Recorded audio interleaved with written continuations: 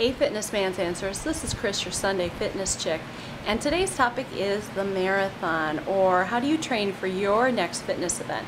I'm going to focus on the marathon because I am currently training for the Chicago Marathon, the Denver Half, and the Chicago Ultra. Yeah, I know it's a lot of races, but I'm kind of addicted to that sport. But I thought after I've done a gazillion marathons and half marathons and a few ultras, that I should have a list together of things that are helpful for the race, and I thought I'd share them with you today. First of all, going to the expo is really great. Most runs have an expo that you can go to. If you get a chance to go, they're a lot of fun. It's better to go if you go the day before, a couple days before. That way you can really enjoy yourself, really get to try all the samples. Trying the samples the day before, probably not the best move. Also too, you need to think about what you're eating before your event, and that's not just running, that's anything. You need to be thinking about what you're eating. What works should be what you eat the day of the race. Also too, there's different experts that say how you should get to the race. I've gotten to the race a couple minutes before it started. Generally, I don't think that's the best idea for any fitness event, but then again, it is nice rolling out of bed and just going to the starting line. So I guess it depends on you. Also too, you need to think about the supplies that are essential for your event. For me, for running, I need to have shoes that have gone less than probably 300 miles, socks that work for me, not necessarily cotton socks. You want to think about your outfit. If it's warm, you're going to wear probably something sleeveless. If it is cold, you're probably going to have more layers. Also too, having those safety pins attached to those bibs if you're doing a running or biking event. I even have some singlets that have snaps on them, so I don't even have to bring safety pins. Usually they provide them at the race, but it's good to have your own. Also, having your energy gels, goos, beans, blocks, whatever. If the event is more than an hour long, generally they suggest that you carry some portable food supplements during the race. Also too, if it's cold, you want to have gloves. You want to have snacks. Some people carry like granola bars, fig bars, beans. I'm not like sports beans, but I've done bars and really not had that much problems. But some people do complain of some intestinal issues. That's why you should never try anything new before a race. Maybe having some Body Glide for after the race. If you've got any sore spots, you want to have some aspirin, ibuprofen, race fuel belt with Gatorade and water.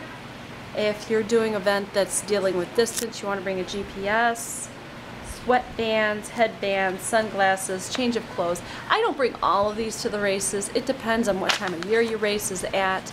It also depends on you. I'm just giving you some hints of what different people have said that have done races in the past. Also a bandana, knit cap, a racing hat, tape, bandages, Breathe Right strips. Those are the strips that go over your nose to help open up your nose. Orthotics, huge one for me. Cell phone. I suggest, if you can, to carry a cell phone during your event in case there's an emergency. Small container with ice to use for injuries after race. Of course, you're not going to want to carry that with you. Probably want to have that in a safe place, such as your bag. Bus and train schedule. The one problem I've had with long distance events, there was a time that I was left at an event and I had to figure out an alternative way to get home. So having a little extra money, having a train or bus schedule is really helpful. Also too, of course, if you're doing an event with distance, you want to have a chip. Other things that you can carry is you could carry a large garbage bag. You wear that around before the race if it's raining. Other things that people who run or people who do long distance races say: Vaseline, chapstick, sunglasses, toilet paper, and Kleenex, key clip or necklace for your keys. Basically what I do is I have a necklace that I wear around my neck, and it has my keys, it has my car keys, it has my house keys, and so I'm usually pretty good to go with that.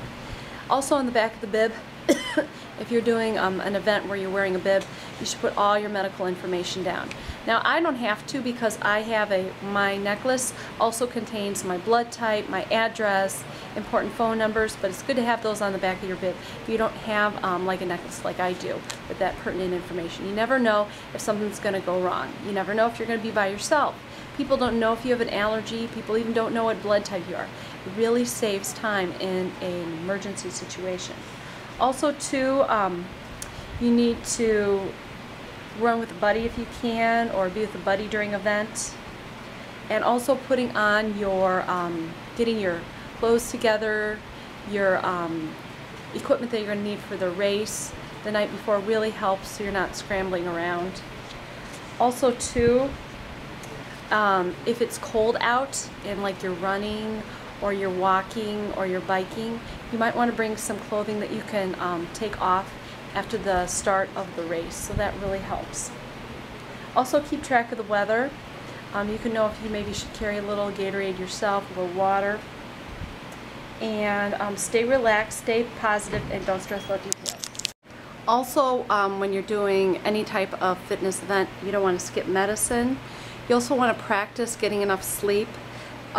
Experts also recommend that if you go to bed a little earlier than you're used to 2 nights before the race, that ensures that you'll have a good night's sleep before the race. Because I don't know about me if you have this problem, but a lot of times during marathons I'm nervous about waking up, and so I don't sleep too good the night before.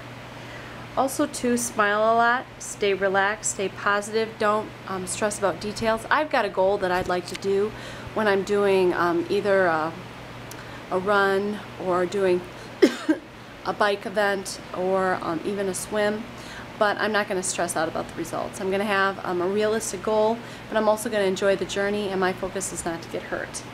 Also too, if you have people watching you during the race, if you talk about what you're going to be wearing, both of you, that makes it easier. A large event such as a marathon, you want to see where the person's going to be standing. My husband and I always discuss that, what we're wearing, where he's going to be standing, approximately what time I'm going to be in those places. Some races even offer digital timing where it can go onto a person's BlackBerry, email, and kind of could register when you're going to be hitting strategic spots so the person knows that you're okay. Also, make sure you're well hydrated during the race.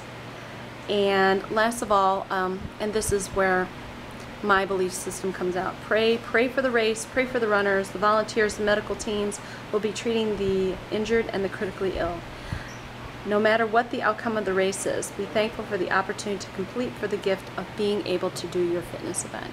And I think when you do that, your own physical pain, your own discomfort is minimized. I hope you guys have a great day, and I'll talk with you next time. Bye.